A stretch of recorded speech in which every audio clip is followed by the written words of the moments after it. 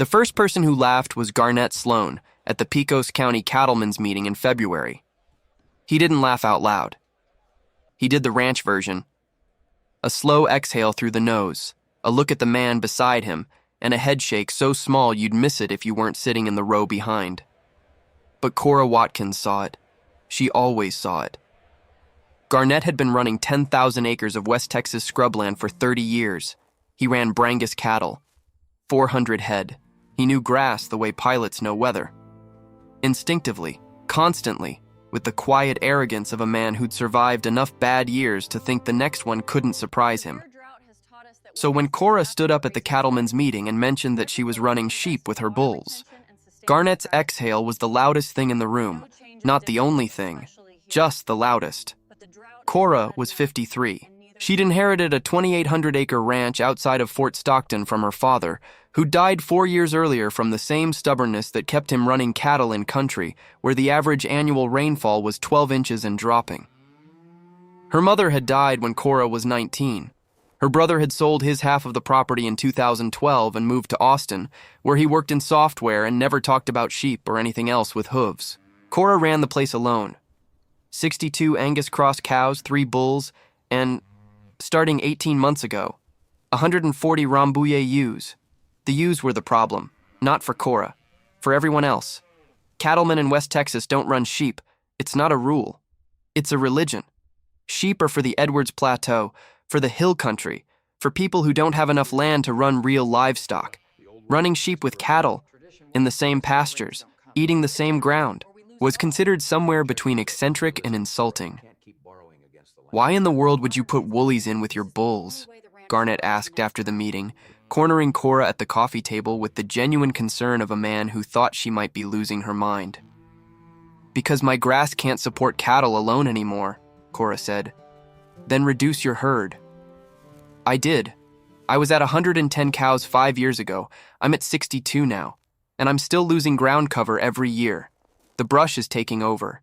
Mesquite, prickly pear, broomweed, the stuff cattle won't eat.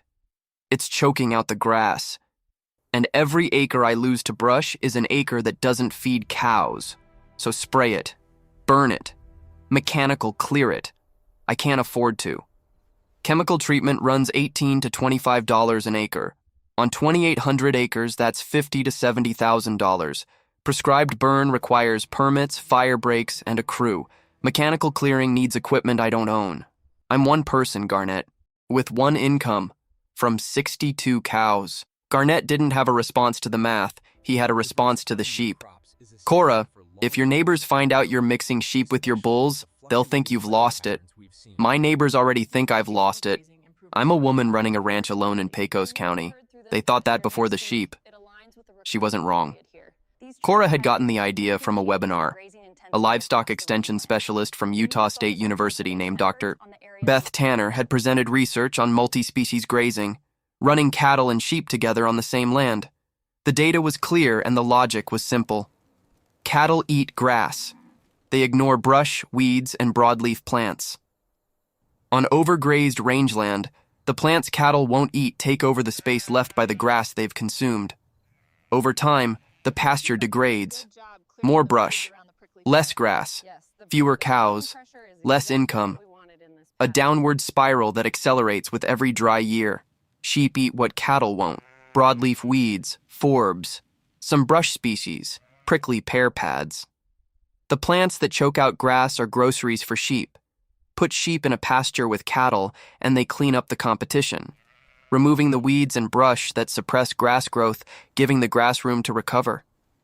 The research showed that multi-species pastures in arid rangeland produced 20 to 30% more usable forage per acre than single-species pastures. Not because you're adding animals, because the animals you're adding eat the things that are killing your grass.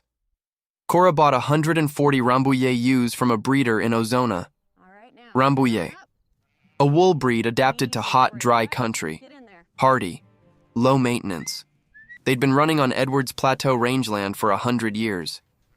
They could handle West Texas. She turned them out with her cattle in 3 pastures on a rotation, the same rotation she used for her cows, just with sheep added. The bulls didn't care.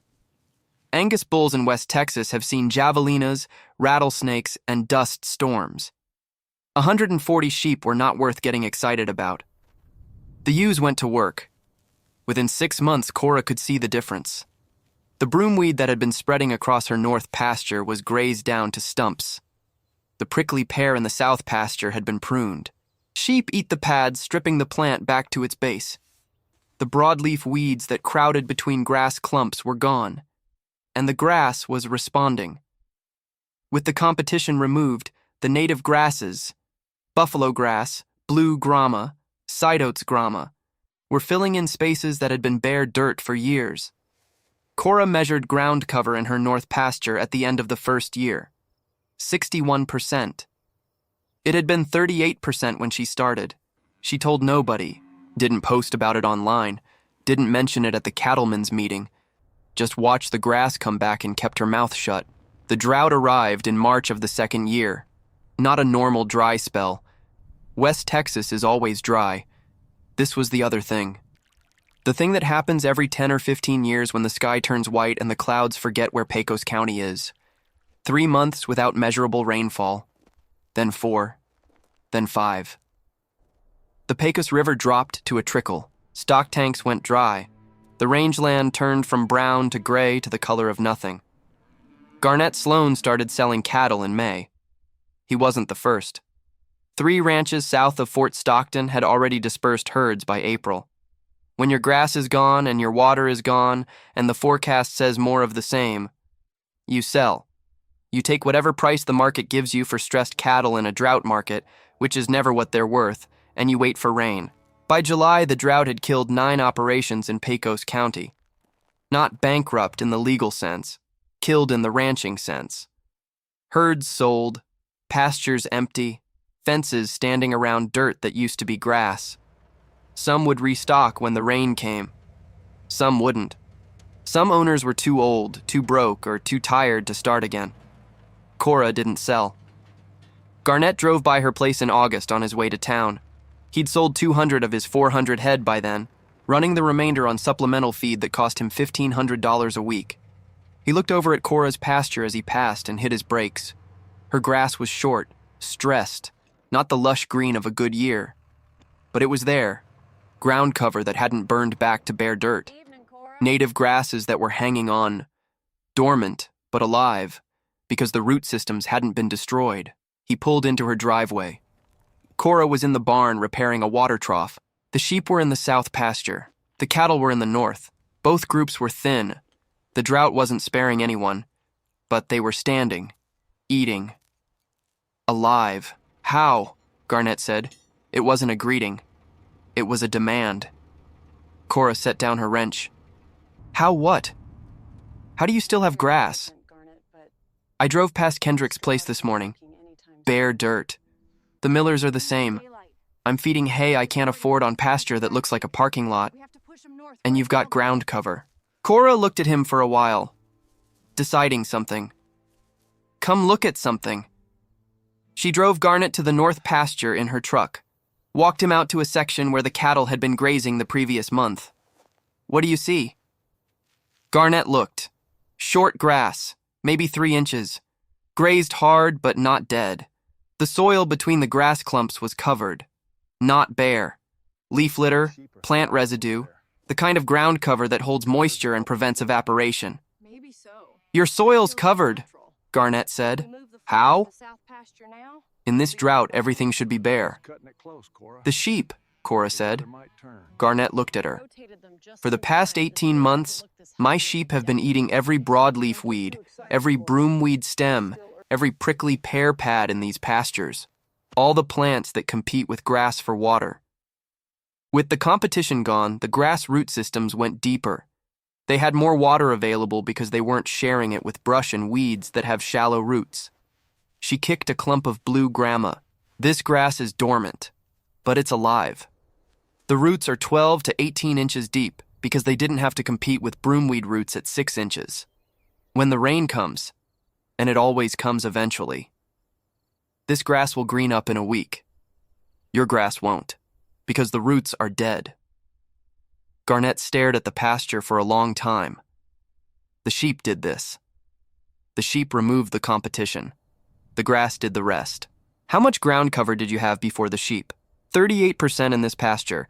Last measurement was 61. Even now, in the worst drought in 15 years, I'm at 44. You? Garnett didn't answer. He didn't need to. His pastures were at maybe 10% ground cover. The grass was gone, the brush was dead, the dirt was exposed to sun and wind and was blowing east toward Odessa. Why didn't you tell anyone? Cora looked at him with an expression that carried 4 years of running a ranch alone, being laughed at in cattlemen's meetings, and making decisions that everyone around her thought were crazy. Because nobody asked.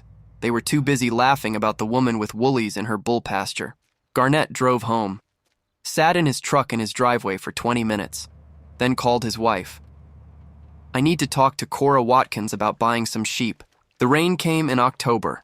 Not much, 2.5 inches over 3 weeks. But on Cora's ranch, 2.5 inches on soil with 44% ground cover was enough. The grass greened up, not everywhere, not thick, but alive, growing, recovering. On the ranches around her, 2.5 inches on bare dirt ran off, didn't soak in.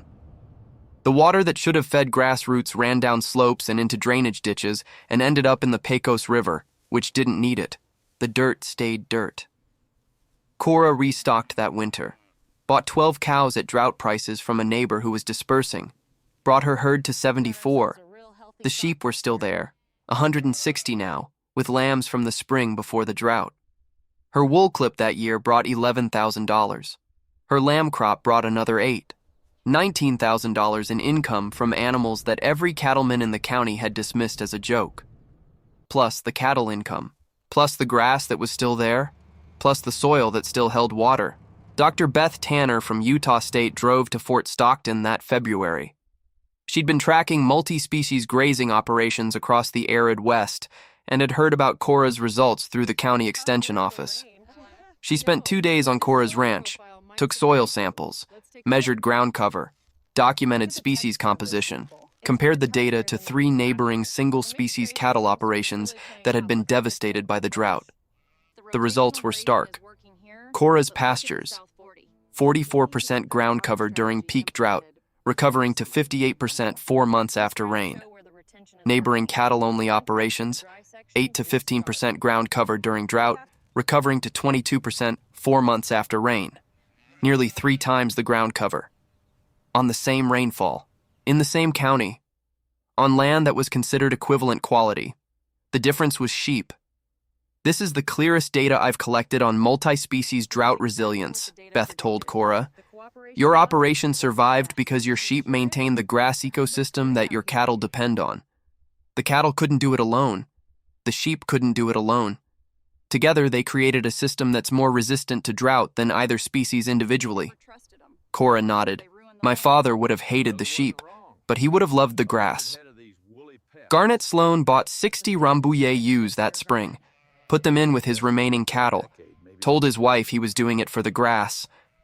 His wife told Cora he was doing it because he finally admitted he was wrong. 2 other ranches in the county followed by summer, a third by fall. The county extension agent started hosting multi-species grazing workshops at the community center in Fort Stockton. Cora was asked to speak at the first one. She stood in front of 40 ranchers, men and women who'd been running cattle in Pecos County for decades, and said the only thing she thought needed saying. I didn't invent this. The research has been there for 20 years. I just listened to it when nobody else would. The sheep aren't the point. The grass is the point. The sheep are how you keep the grass, and the grass is how you keep everything else. She paused. I know some of you thought I was crazy. Maybe I am. But my grass is alive and my cattle are standing, and I didn't sell a single head during the worst drought this county has seen since 2011. So, if crazy works, maybe the definition needs updating. She sat down. The room was quiet for a few seconds. Then Garnett Sloan in the back row started clapping. Slowly. The way West Texas men clap when they're admitting something they'd rather not say out loud. The rest of the room followed. Cora runs 81 cows and 170 sheep now. Her ground cover is at 63%. The highest it's been since her father's records began in 1984.